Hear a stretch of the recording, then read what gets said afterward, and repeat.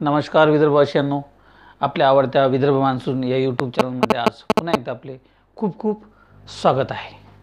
आज 24 मे म्हणजे शुक्रवार। मी प्रदीप राऊत, हवामान अभ्यासक। तर आपण आजच्या भागात विदर्भातील मान्सूनचा आणि विदर्भातील वादळी परिस्थितीचा आढावा घेणार आहोत आणि आपण बघणार आहोत की पुढचे आठवडाभर किमान विदर्भात नेमकी परिस्थिती कशी राहणार आहे। कारण का एकीकडे प्रचंड उष्णतेची लाट विदर्भात सक्रिय झाली आहे आणि पुढचे काही दिवस ही लाट राहू शकते विदर्भाच्या अनेक भागामध्ये। तर रिमल नावाच्या चक्रीवादळाची बंगालच्या सागरात निर्मिती झाली आहे। हे चक्रीवादळ नेमकं विदर्भासाठी घातक ठरेल की फायदेशीर ठरेल हेही आपण आज बघणार आहोत। त्यासोबतच मान्सूनची नेमकी परिस्थिती काय आहे याचाही आढावा आपण आजच्या भागात घेण्याचा प्रयत्न करणार आहोत। तर आता आपण लगेचच सुरू करू आणि बघू की नेमकी विदर्भातील वातावरणाची परिस्थिती नेमकी कशी राहणार आहे। सर्वप्रथम आपण हे जे सॅटेलाईट इमेज जर बघितली तर आपल्याला लक्षात येईल की बंगालच्या सागरात एक तीव्र कमी दाबाचं चक्रीवादळ तयार झालं आणि आता हे डीप डिप्रेशनमध्ये याचं रूपांतर आज सायंकाळी होईल आणि उद्या पहाटे याचं चक्रीवादळात रूपांतर होईल आणि भयंकर अशा चक्रीवादळात याचं रूपांतर उद्या सायंकाळपर्यंत होऊ शकते आणि 26 तारखेला 26 तारखेला म्हणजे रविवारी हे भारताच्या समुद्रकिनाऱ्यावर धडकू शकते। विशेषतः आधी जे काही ट्रॅक होता, कारण की विविध मॉडेल्स ज्या पद्धतीनं प्रेडिक्ट करत होते, कुणी म्यानमारच्या दिशेने जाईल असं सांगत होते, कुणी इकडे बांगलादेशाकडे जाणार असं सांगत होते, तर काही ट्रॅक इकडे भुवनेश्वर, ओरिसा आणि पश्चिम बंगाल या भागात हे वादळ जाईल असे सांगत होते। आपण सुद्धा जवळपास ओरिसा आणि भुवनेश्वरच्या भागात हे वादळ जाण्याचा अंदाज विदर्भ मान्सूनने दिला होता, परंतु गेल्या काही तासात या वादळाची जी आहे परिस्थिती याची दिशा थोडीफार बदलली आहे आणि आता सध्याच्या अंदाजानुसार हे चक्रीवादळ जे आहे तर हे इकडे पश्चिम बंगालकडे जाण्याची शक्यता जास्त आहे।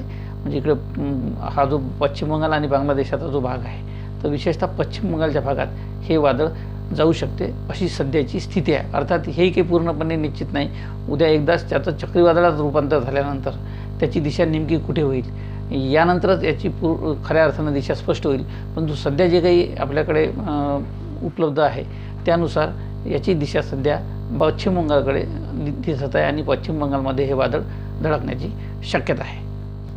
वास्तविक आपण मागच्या व्हिडिओत सांगितल्याप्रमाणे या वादळाची जी दिशा आहे तर या वादळाची दिशा ही इकडे ओरिसा किंवा भुवनेश्वर मार्गे आंध्र प्रदेशाकडे अपेक्षित होती, परंतु त्या दरम्यान जवळपास सध्या आपण बघतो की इकडे मध्य प्रदेशाच्या भागात, छत्तीसगड आणि मध्य प्रदेशच्या भागात एक सायक्लॉनिक सर्क्युलेशन तयार झालं आहे। सोबतच इकडे अंदमानच्या भागातही एक सायक्लॉनिक सर्क्युलेशन तयार झालं आहे आणि या सायक्लॉनिक सर्क्युलेशनमध्ये परिणाम असा झाला की इथे वादळाला अडथळा करणारी एक भिंत तयार झाली आणि यामुळेच हा जो अडथळा निर्माण झाला तर या भागातून येणाऱ्या पश्चिमी भागातून येणारी हवा आणि या भागातून जाणारा हा बाष्प, तर यामुळे इथे एक सायक्लॉनिक सर्क्युलेशन तयार झाल्यामुळं आता वादळाने आपली दिशा बदलवली आहे आणि आता हे वादळ अशा पद्धत तर आपण बघतो की हे जे काही चक्रीवादळ आहे ते ताशी जवळपास 110 ते 120 किलोमीटर प्रति तास अशा तीव्र गतीने हे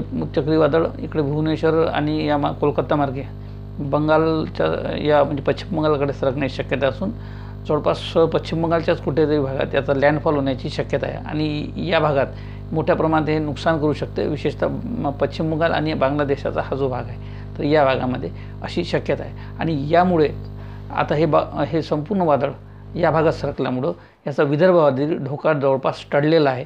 त्यामुळे विदर्भात जे काही अपेक्षित जोरदार पाऊस होणार होता, वादळी पाऊस आणि मुसळधार पाऊस होणार होता, आता ही शक्यता मावळलेली आहे आणि हीच विदर्भातील शेतकऱ्यांसाठी आणि नागरिकांसाठी आनंदाची बातमी आहे। कारण की हे वादळ जर विदर्भाकडे सरकलं असतं किंवा आंध्र प्रदेश आणि छत्तीसगड मार्गे जर या भागात दाखल झालं असतं तर निश्चितपणे प्रचंड मोठ्या प्रमाणात पाऊस विदर्भात पडला असता, मोठ्या प्रमाणात वादळी वाऱ्यामुळे नुकसान झालं असतं, परंतु हे होणारं संभाव्य नुकसान आता जवळपास टळल्याच जमा आहे। त्यामुळे विदर्भात फारसा पाऊस होणार नाही, आल्यास क्वचित पावसाच्या सरी होतील 25, 26, 27 तारखेला, मात्र फार काही पावसाची तीव्रता आता विदर्भात राहण्याची शक्यता नाही। तर आता आपण बघू की नेमकं विदर्भातील उष्णतेची लाट कशा पद्धतीने राहणार। आपण बघतो की गेल्या 2-3 दिवसापासून विदर्भ प्रचंड तापलेला आहे आणि पुढचे काही दिवस हे असंच वातावरण राहण्याची शिल्लक आहे. जवळपास पुढचे 2 ते 3 दिवस विदर्भ हा तापलेला राहू शकतो. विशेषतः हा जो अकोला आणि बुलढाणा जिल्ह्याचा जो भाग आहे तर यामध्ये उष्णतेची लाट ही राहू शकते आणि जवळपास 45 डिग्रीपर्यंत अकोला बुलढाणा या भागातील तापमान जाऊ शकते अशी शक्यता आहे. तर उर्वरित अमरावती असेल, सोबतच अकोला, यवतमाळ, इकडे नागपूर, भंडारा, गोंदिया, गडचिरोली, वर्धा याही भागात उष्णतेची लाट तयार होऊन जवळपास 42 ते 45 वर्षापर्यंत या भागात वातावरण राहू शकते अशी एकंदरीत शक्यता दिसत आहे. यानंतर जर आज 24 तारखेची जर पावसाची परिस्थिती जर बघितली तर भारतीय हवामान विभागाने आणि राज्याच्या हवामान विभागाने जी काही माहिती दिली आहे त्यानुसार आज सायंकाळनंतर किंवा रात्री उशिरापर्यंत विदर्भातील अमरावती, वर्धा, नागपूर, इकडे गोंदिया, यवतमाळ, चंद्रपूर, गडचिरोली, अकोला वगैरे या भागात वादळी वाऱ्यासह हलका मध्यम स्वरूपाचा पाऊस होण्याची शक्यता हवामान विभागाने वर्तवली आहे. परंतु यासोबतच आमच्या अंदाजानुसार जवळपास जो काही पाऊस होईल तर तो अमरावती, अकोला, वाशिम, बुलढाण्याचा हा जो पट्टा आहे तर या पट्ट्यात वादळी वाऱ्यांसह थोडाफार पाऊस होऊ शकतो आज सायंकाळनंतर रात्री उशिरापर्यंत अशी शक्यता आहे. सोबतच नागपूर आणि वर्धेच्या काही भागातही हलक्या सरी पडू शकतात.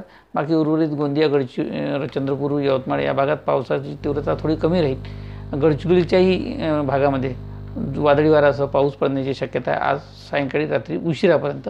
बाकी उद्या 25 तारखेला फारसं काही पावसाचं वातावरण राहील असं वाटत नाही.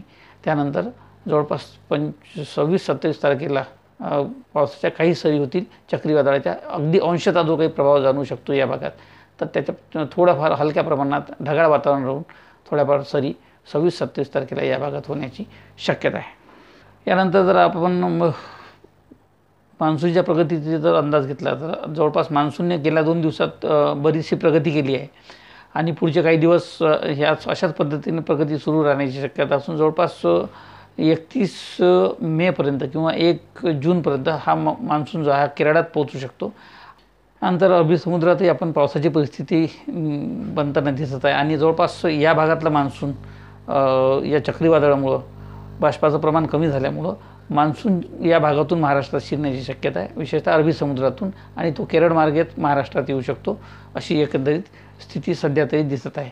यानंतर जवळपास 2 तारखेनंतर 2 जूननंतर मान्सूनपूर्व पावसाच्या सरी विदर्भाच्या भागात होऊ शकतात आणि विशेषतः 3 तारीख 3, 4, 5 आणि 6, 7 या 3 ते 4 दिवस विदर्भाच्या सर्वच भागात जोरदार मान्सूनपूर्व सरी बरसण्याची शक्यता आहे. त्या मोठ्या प्रमाणात बरसेल अशी एकंदरीत स्थिती सध्याची आहे. या वातावरणात जर काही बदल झाला तर निश्चितपणे आम्ही आपल्याला कळवू. तोपर्यंत आजच्या भागात इथेच थांबतो आणि आपली रजा घेतो. नमस्कार, जय हिंद, जय भारत, जय महाराष्ट्र, जय विदर्भ.